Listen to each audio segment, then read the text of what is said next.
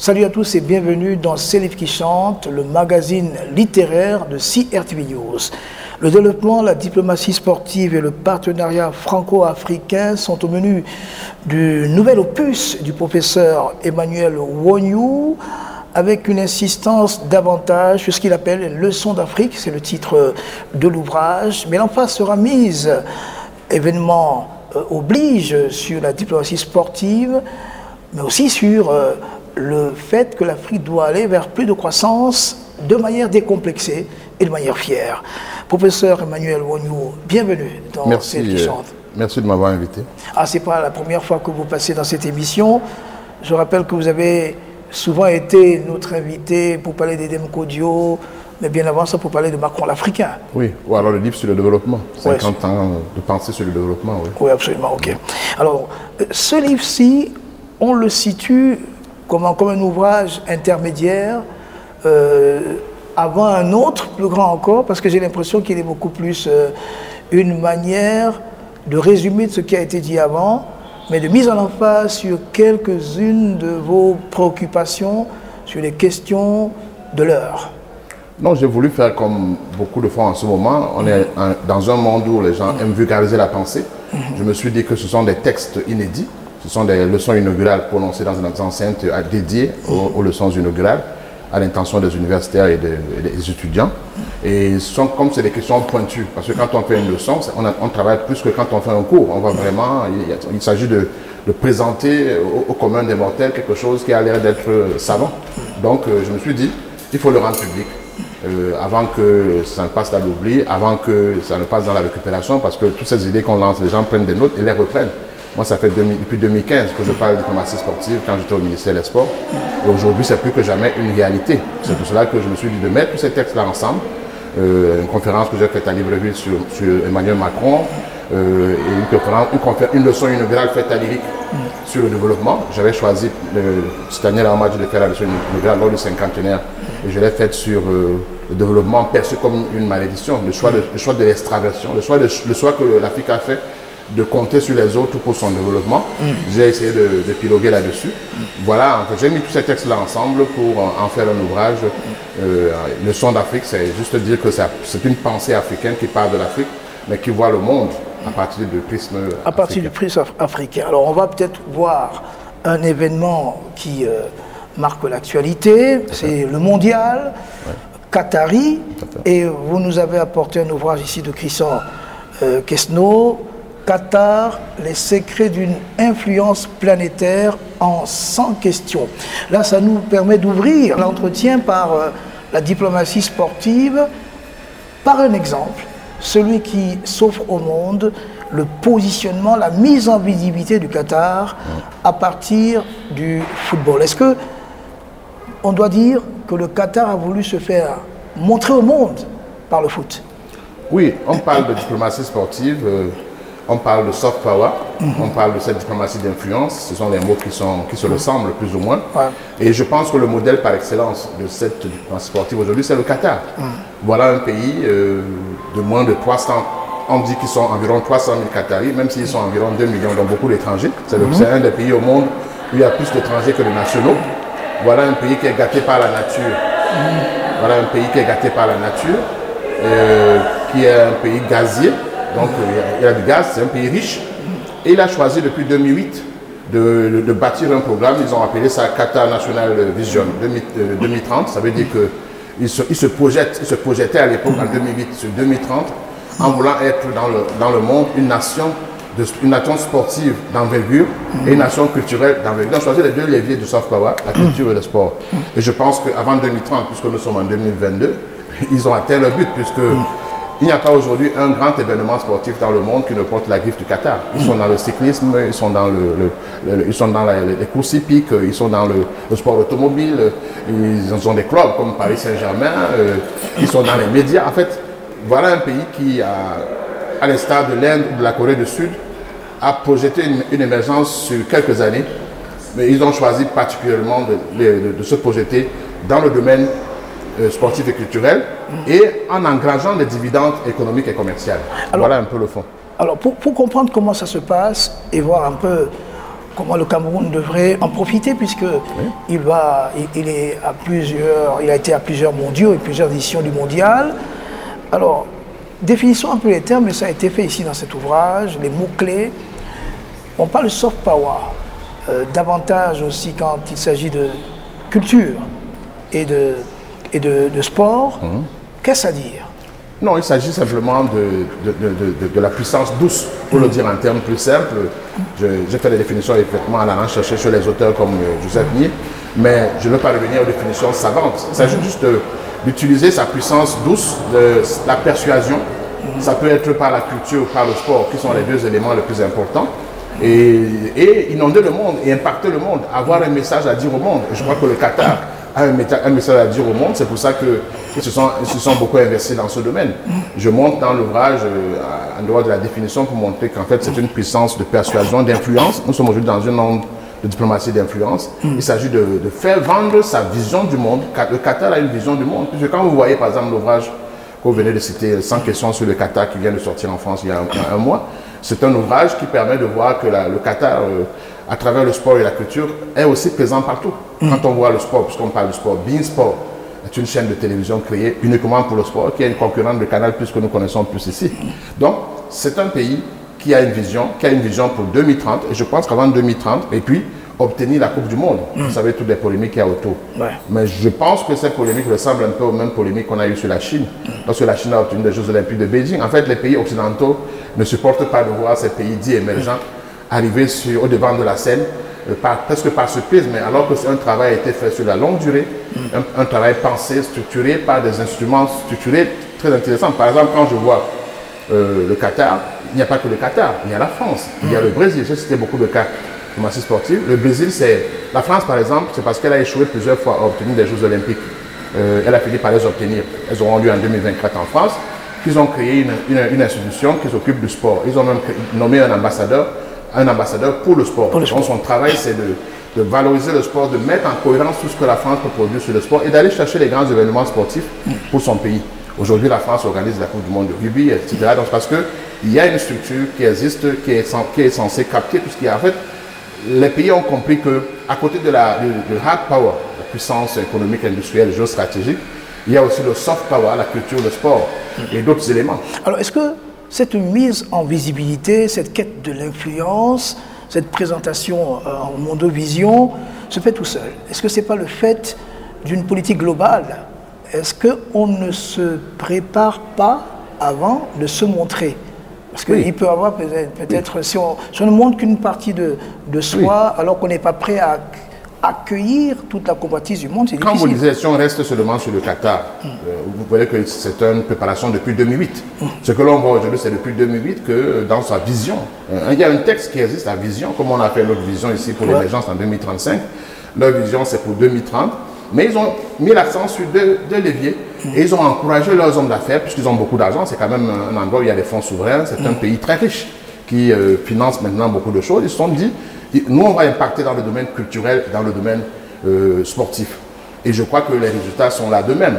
Et quand on voit ça, ils ne sont pas les seuls à le faire. Il y a des pays comme le Brésil, il y a la Corée du Sud.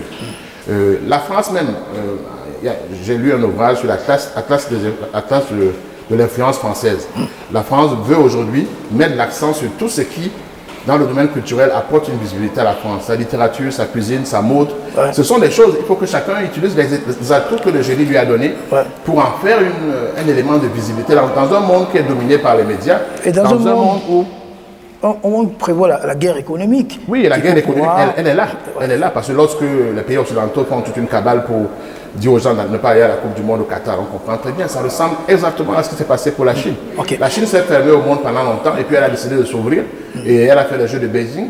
On a critiqué, mais quand tout le monde y allait a été ébloui, ce sera la même chose pour le Qatar. Alors je reviens un peu sur la nécessité de cette diplomatie sportive. Je fais une relation avec un peu le commencement, la projection des États du monde entier avant les années 60, par les Jeux Olympiques, par la Coupe du Monde, et un ouvrage qui en parle, celui du professeur André Tonfo, écrit en 2014, c'était à la veille de la Coupe du Monde 2014, où il démontrait que le sport est un levier de conquête. Ouais. Et les nations occidentales ne cherchent pas le leadership sportif rien que pour la gloire du foot, mais le leadership sportif signale la puissance. Oui, pendant très longtemps, les gens pensaient que ce n'était qu'un jeu, c'était qu'un jeu sportif. Et vous parlez de cet auteur-là, on peut parler de Jean, je crois que c'est Jean-Marie Guegan, un Camerounais qui vit en Occident, qui écrit les ouvrages sur la géopolitique du sport, qui sont des ouvrages intéressants, puisqu'on vient de rédiger son ouvrage. Je pense à Pascal Boniface, qui a beaucoup écrit sur le sport et la politique. Le sport, la politique et les questions de puissance. Aujourd'hui, personne ne nie plus que c'est un élément de puissance. En fait, on ne va plus à la Coupe du Monde comme on allait juste pour jouer au football, rentrer, après on est content, on a vu un match. Les gens vont là-bas pour participer aussi à se faire voir. J'imagine que, par exemple, un pays comme le Cameroun, ça aurait été bien qu'une délégation culturelle accompagne le Cameroun. J'ai entendu hier qu'il y a une délégation économique qui irait chercher des investisseurs. Vendre le Cameroun à l'international, Madame Delapi. Bon, on l'a fait souvent. L'a dit hier. Alors, mais il faut le faire avec beaucoup plus de pugnacité et la capacité de se faire voir, puisque le Cameroun, en Afrique, est considéré comme une véritable nation sportive et on peut en tirer des profits. Nous avons les atouts. Oui, on a surtout eu une révélation, un moment qui était éclatant, 1990, la Coupe du Monde. Nous avons eu les Jeux Olympiques, qui est une sorte de Coupe du Monde alternative. Il y a eu beaucoup d'éléments. Il y a eu la CAN 2021 organisée chez nous. Alors, comment faire en sorte qu'on passe à une véritable diplomatie sportive au Cameroun, loin des atouts et des bonnes intentions, mais comment mettre la machine en marche? Il faut simplement que je peux dire qu'on ait le courage d'introduire cette dimension du sport. Moi, je pense que autant qu'on vient de le faire reconnaître pour les pays comme le Sénégal, aujourd'hui le Tchèboudjen est devenu reconnu dans le patrimoine commun de l'humanité, autant on vient de connaître la rumba pour le Congo, autant on peut reconnaître le football au Cameroun comme étant un élément de visibilité du Cameroun à l'international. Vous avez cité ces lauriers, on peut ajouter le meilleur joueur africain du XXe siècle, Roger Mila, on peut ajouter les lauriers glanés par M. Kakaba Malboum ou alors M. Issa Yatou dans le monde. Nous sommes reconnus dans le monde comme nation sportive. Il reste peut-être que notre diplomatie intègre cela dans son discours, qui est un narratif. Aujourd'hui, on parle de storytelling. Ça veut dire que quand tu invites les gens, comme on a invité les gens à la CAN 2021 ici, c'est pour leur raconter une histoire du Cameroun. Bon, elle a été racontée à la cérémonie d'ouverture, mais il fallait la mettre aussi par écrit, que les gens rentrent en se disant que le Cameroun même c'est qui? C'est quoi ce pays qui... Mais est-ce qu'il ne faudrait pas associer les compétences? Vous êtes enseignant en lyrique par exemple. Est-ce qu'on ne devrait pas utiliser les compétences, la ressource humaine dans ce secteur comme VRP du label Cameroun? Oui, d'abord les VRP les plus importants, c'est d'abord les sportifs eux-mêmes. Moi je pense que peut-être que le chef de l'État pourrait accoler au titre d'ambassadeur qui est donné à Roger Mila, ambassadeur pour le sport. En France, ils ont créé un ambassadeur pour le sport. Ça veut dire que c'est le monsieur sport, tout ce qui est sportif, tout ce qui est valorisation des talents sportifs, tout ce qui est valorisation, aller chercher des événements sportifs, c'est cette structure-là qui s'occupe de cela. Ça permettrait qu'on montre que le Cameroun a reconnu que le sport fait partie de son ADN. Moi, je suis de ceux qui pensent depuis toujours que le sport et la culture sont des éléments qui font partie de l'ADN des Camerounais. Nous ne serons jamais premiers en matière économique et industrielle. Par contre, nous pouvons influencer le monde par ce qui est culturel, par ce qui est sportif, parce qu'il y a des touches et des marques qui font que notre pays est un peu... Quand on voit Eto'o, Samuel Eto'o, donc quand on ira au Qatar, les gens viendront plus voir Samuel Eto'o que l'équipe. Parce que, et Rigobert Song. Parce que ces noms-là, dans les articles que je mets dedans, j'ai rappelé par exemple que Cristiano Ronaldo, quand il brille, il brille encore. Qui connaît le nom du Premier ministre portugais? Personne.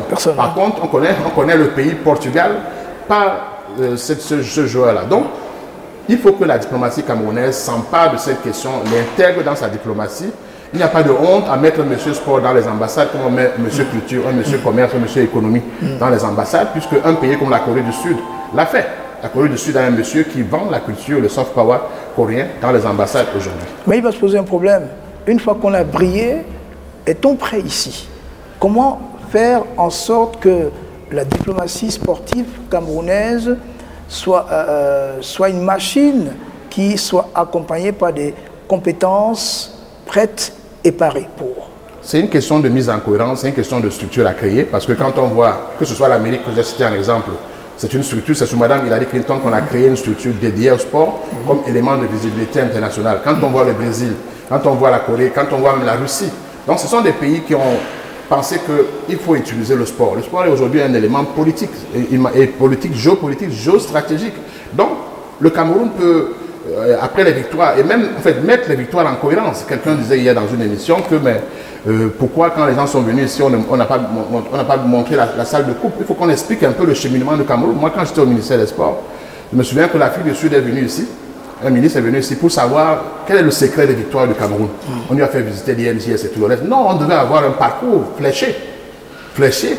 Quand on va au Brésil, je suis allé au Brésil, au stade de Maracana, il y a même la plante des pieds des joueurs est là. On raconte l'histoire. Il y a un grand écran qui montre les victoires du Brésil depuis le début de la Coupe du Monde.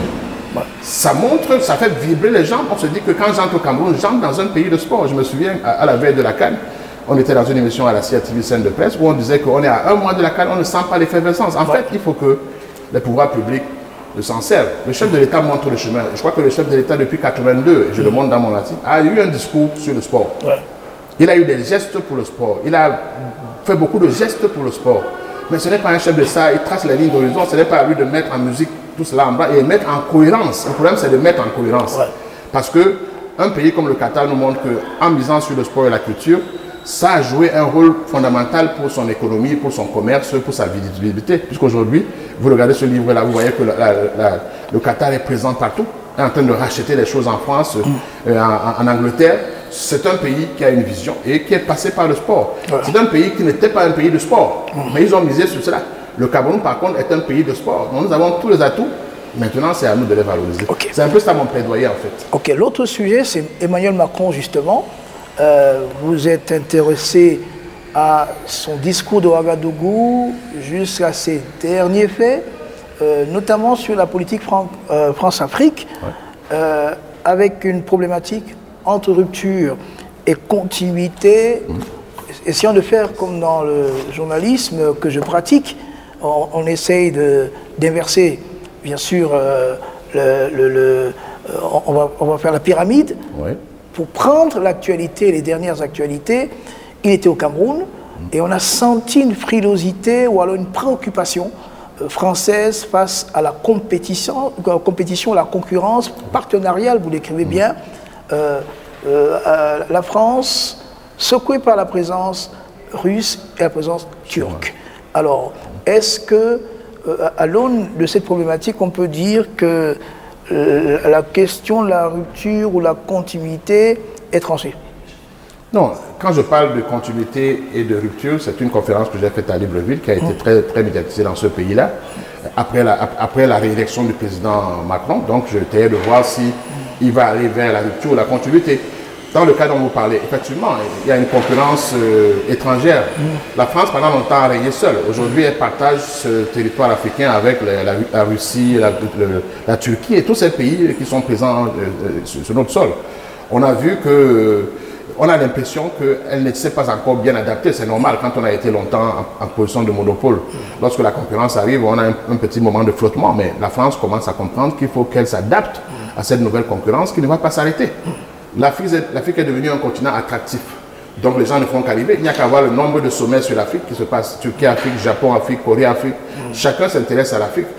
Et moi, je viens de soir en Côte d'Ivoire, j'ai fait une conférence sur comment est-ce que l'Afrique se déploie pour recevoir cette offre des pays émergents. J'ai bien peur plutôt que c'est l'Afrique qui ne tire pas profit de tous ces avantages, de tous ces partenaires qui arrivent. Parce que je prends un exemple très simple. Pourquoi continuons-nous à aller au sommet avec la Chine, par exemple, un pays continent qui a 1,3 milliard d'habitants, nous allons en ordre dispersé. Pourquoi n'irons pas Union africaine avec la Chine? Ça fait au moins un poids énorme. Quand on a un poids énorme, on peut peser pour revendiquer les choses plus importantes. Ça prendrait du temps, hein, ça prendrait du temps. Voilà, mais donc ça veut dire que nous avons bien peur que, malgré le fait qu'aujourd'hui nous sommes courtisés, alors qu'on a été hier dans l'afro-pessimisme, j'ai bien peur que nous ne tirons pas vraiment tous les marrons du feu. C'est pour ça qu'il faut créer des structures qui permettent de prendre en compte cette nouvelle dimension du monde. Le monde est un monde globalisé et on a besoin que les gens se forment aussi en grands ensembles qui jouent collectif. Alors, justement, vous vous préoccupiez depuis déjà le discours de Ouagadougou sur est-ce que Emmanuel Macron va détricoter la relation France-Afrique, est-ce qu'il va rebattre les cartes ou est-ce qu'il va continuer? Vous faisiez déjà remarquer que cette intention de détricotage a été énoncée par François Mitterrand, Jacques Chirac, Nicolas Sarkozy, François Hollande, mais ils sont restés toujours sur la même posture, qui d'ailleurs a été indiquée par François Mitterrand comme étant très importante pour la France. Alors, il y a eu le discours de Ouagadougou, il y a eu Montpellier. Est-ce que Emmanuel Macron, vous le voyez comme quelqu'un du changement, un changement qui aura un fort impact, ou est-ce qu'il est rattrapé par la politique ou par l'actualité, ou par le contexte actuel? Moi, j'aime bien prendre les paris intellectuels, et mon pari intellectuel en écrivant Macron africain, c'était de montrer qu'il sera facilement rejoint par les réalités africaines. Donc, si vous me demandez, est-ce qu'il est plus un homme de rupture que de continuité, je pense que la continuité risque de l'emporter sur la rupture, d'autant plus qu'il se rend bien compte que l'Empire est en train de s'effriter. Quand un pays comme le Mali ou le Centrafrique s'en vont, c'était des pays qui étaient très francophiles. Personne ne peut imaginer la RCA quitter la France de manière brutale comme ils le font, ni le Mali, qui sont considérés comme des pays pauvres. Donc, du coup, pour qu'il n'y ait pas d'effet de boule de neige, la France est obligée de se ressaisir et, comme on dit en langage camerounais, de se comporter. Parce que lorsqu'on l'a vu arriver rencontrer le président Paul Biya ici, on se demandait, personne ne pouvait imaginer ça 6 mois avant, puisque 6 mois avant, on continuait à traiter le président camerounais d'une certaine manière. Donc, en fait, le président Macron est rentré dans la réelle politique. Il regarde au cas par cas. Et il n'a plus besoin de s'encombrer de morale ni d'éthique comme il voulait le faire au départ. Mais il change quand même, non, puisqu'on voit qu'il donne encore plus d'importance à la jeunesse. On a vu ça dans le discours de Ouagadougou, mais davantage à Montpellier. Et il a même confié une tâche à Achille Mbembe et tout ça. Donc, alors, comment vous lisez ça? Une manière de prendre des distances avec les partenaires de même niveau que lui, les chefs d'État? Nous sommes de ceux qui ont un peu critiqué cette rencontre de Montpellier parce que les gens qui étaient invités là-bas, la diaspora, les entrepreneurs africains, les jeunes, mais que perdent ces jeunes dans nos pays à contourner les chefs d'État? D'ailleurs, on a vu qu'ayant contourné les chefs d'État à Montpellier, il est revenu en plus voir les chefs d'État, en commençant par l'un des plus anciens, le président Paul Biya, qui, au temps de la guerre froide, vu sa posture, vu sa durée, vu l'expérience qu'il a, devait être considéré comme un sage. Et donc, je vois qu'il est revenu là où il devait commencer, comme je l'ai dit dans une interview. Alors, c'est un tâtonnement, c'est quoi? Oui, c'est qu'il se rend compte qu'il faut faire la guerre politique. Sinon, la France perd. Parce qu'il y a des pays, quand on voit la brutalité avec laquelle le Mali traite la France, et quand on voit le retour des coups d'État, et des militaires qui font du nationalisme, du patriotisme, et qui veulent... Au Burkina Faso, par exemple. Et on sent un fond de discours anti-français. Il va se dire, il fait un peu comme Mitterrand l'a fait. Mitterrand à la Baule, le président Mitterrand à la Baule, a tenu un discours d'ouverture. On va vers la démocratie, on donnera plus d'argent à ceux qui vont vers la démocratie. Et entre le moment où il a annoncé ça et la réalité sur le terrain, au prochain discours de Biarritz au sommet Afrique-France, il a changé de discours, il a dit qu'on va au cas par cas. Donc en fait, le président Macron est en train de revenir au cas par cas. Je vais gérer le Tchad avec un cas, sur un cas, Burkina Faso, le Cameroun. Le grand discours de Ouagadougou, je pense qu'il commence à vivre. Le reste, ça peut apparaître comme plus du cosmétique. Quand on voit les jeunes à Montpellier, ils sont rentrés, ces jeunes, j'en connais pas mal, puisque moi-même j'ai pu en pousser 2 ou 3 jeunes à y aller. J'avais les moyens de le faire. Mais ils sont rentrés, ils sont là. Bon, c'est vrai qu'à ce moment même, au Cameroun, le conseiller Afrique du président Macron sur les questions d'après-sommet est présent au Cameroun pour continuer cela. Nous espérons, mais je pense que ce sont des chefs d'État qui gouvernent. Qu'on les aime ou qu'on ne les aime pas, et je crois qu'on ne peut pas les contourner par une jeunesse, par la société civile, qui dans certains pays n'existe même pas. Tout compte fait, c'est notre avenir à nous, Africains, qui est plus important. Et sur ce plan-là, il y a la question de développement que vous posez. Va-t-on continuer à devenir consommateur de la modernité des autres ou alors à essayer d'enlever l'enveloppe de la vision de développement telle qu'elle est perçue dans le rêve occidental et bâtir notre propre narratif? C'est pour ça que... préoccupation de l'heure. Hein. Voilà, quand on m'a demandé de faire une leçon inaugurale, en 2021 à l'IRIC, lors de la rentrée solennelle, j'ai choisi le développement, qui est une des questions que j'enseigne depuis 26 ans dans les universités camerounaises et africaines, puis j'enseigne maintenant dans d'autres universités. Et je me suis rendu compte que le problème fondamental de l'Afrique en matière de développement, c'est l'extraversion. C'est-à-dire que cette volonté que les pères de l'indépendance ont eue de compter sur les autres pour se développer. Aujourd'hui, il est établi que le voisin ne peut pas venir t'aider à te développer, sinon tu deviens un concurrent demain. Donc j'essaie tout le long de ce discours que j'ai mis là, de montrer comment on a tenté tout. On a tenté toutes les expériences, y compris les expériences purement africaines, comme le plan d'action de Lagos, le traité d'Abuja, le NEPAD, qui aujourd'hui fonctionne, mais n'a pas d'argent, puisque nous comptons sur le financement des autres. En fait, j'essaie de lui montrer que ce qu'on appelle développement, entre guillemets, d'ailleurs, l'Occident utilise de moins en moins ce terme-là. Le concept maintenant, c'est la lutte contre la pauvreté. Ce développement-là, parce qu'il avait un soubassement d'extraversion, fait qu'aujourd'hui, nous sommes tellement extravertis qu'on attend tous les résultats, tous les remèdes, toutes les solutions. Qu'est-ce qu'il faut faire? Tout le label de l'étranger. Ce qu'il faut faire, c'est qu'il faut penser, il faut faire confiance à la pensée africaine. Nous avons une masse critique d'intelligence. Tout à l'heure, vous avez dit dans nos échanges, il y a une masse critique d'intellectuels. Il y a un pays comme le Cameroun regorge d'agrégés d'économie. Si on leur demande d'avoir une pensée économique à partir du Cameroun, en tenant compte des réalités du monde, je suis ceux qui vont produire un document sérieux. On a des sociologues, on a des universitaires, on a des internationalistes. Nos pays en Afrique, je pense qu'il n'y a pas de lien direct entre le monde de la science et la production de savoir et le monde de la politique. Les pays qui ont réussi leur émergence, les pays qui ont réussi leur projection au monde, beaucoup d'entre eux ont fait confiance à la pensée, à la pensée endogène. Il faut peut-être que nos pays n'aient pas peur de la pensée. Sur nos pays, on a l'impression que la pensée est subversive. Parce que la production de la pensée, il faut que la production de la pensée soit lue par ceux qui ont la chance de décider. Je connais beaucoup d'hommes politiques qui ne lisent pas. Oui, comment vous pouvez faire la politique sans vous baser sur les évolutions du monde? Donc je crois qu'il est important qu'il y ait un lien entre le monde de la production de la pensée et le monde, je suis enseignant depuis 26 ans, que de thèses et de mémoires produits, souvent sur des sujets très pratiques, mais qui n'arrivent pas chez les décideurs. Ouais, qui ne sont même pas divulgués. Alors moi je vous pose une dernière question. Retour au mondial, retour au football. Professeur André Tonfo fait un constat, l'extraversion poussée à cause de la mondialisation. La mondialisation, l'européanisation du football, c'est l'Europe qui est au centre maintenant, a vidé l'Afrique de son génie, de son style. On fait comment dans la perspective de développement que vous pointez là, donc on fait comment pour retrouver notre style ou créer du style? On fait comme essayer de faire Samuel Eto'o. Je crois que qu'on l'aime ou qu'on l'aime pas, le personnage est un personnage iconique. Quand on a une icône, on a des comportements de diva. Il faut quand même que les gens s'habituent à cela. Mais au-delà de ça, ce qu'il essaie de faire, c'est ça. Faire des championnats nationaux, ramener les gens au stade. Je me souviens à l'époque, on avait invité les hommes d'affaires pour qu'ils investissent dans le sport. Ils ont dit, mais tant que le spectacle n'est pas beau, on viendra mettre notre argent. Pourquoi? Parce que nous ne sommes pas là pour faire de l'humanitaire. Donc ce que Eto'o essaie de faire aujourd'hui, c'est de ramener le football à ses fondamentaux, qui font que les gens se fixent.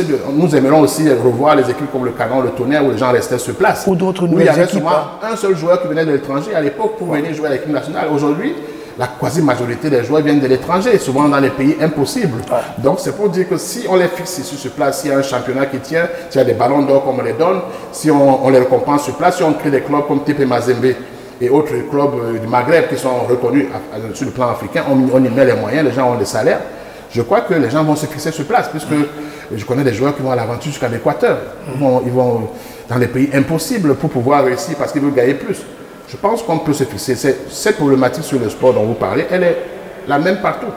Pourquoi les gens vont en immigration? Parce qu'on ne offre pas les conditions pour être mieux chez eux. Je suis de ceux qui pensent que ça se passe ici. Moi, j'ai été non boursier. Je suis parti en Europe par mes propres moyens, mais dès que j'ai fini ma thèse, le lendemain, je suis rentré au Cameroun par amour du pays. Donc c'est très important qu'on donne cette leçon-là aux jeunes générations. Vous avez utilisé pour finir, c'était la chanson rythme de Petit Pays, ça se passe ici. Ça se passe ici. Absolument. Je suis entièrement d'accord avec vous. Merci beaucoup d'être venu, merci pour cet ouvrage. Leçon d'Afrique, réflexion sur le développement, la diplomatie sportive et le partenariat franco-africain, sorti à collection Études internationales, ça se passe ici. Allez, c'était Célib qui chante avec Emmanuel Wognou. À samedi prochain.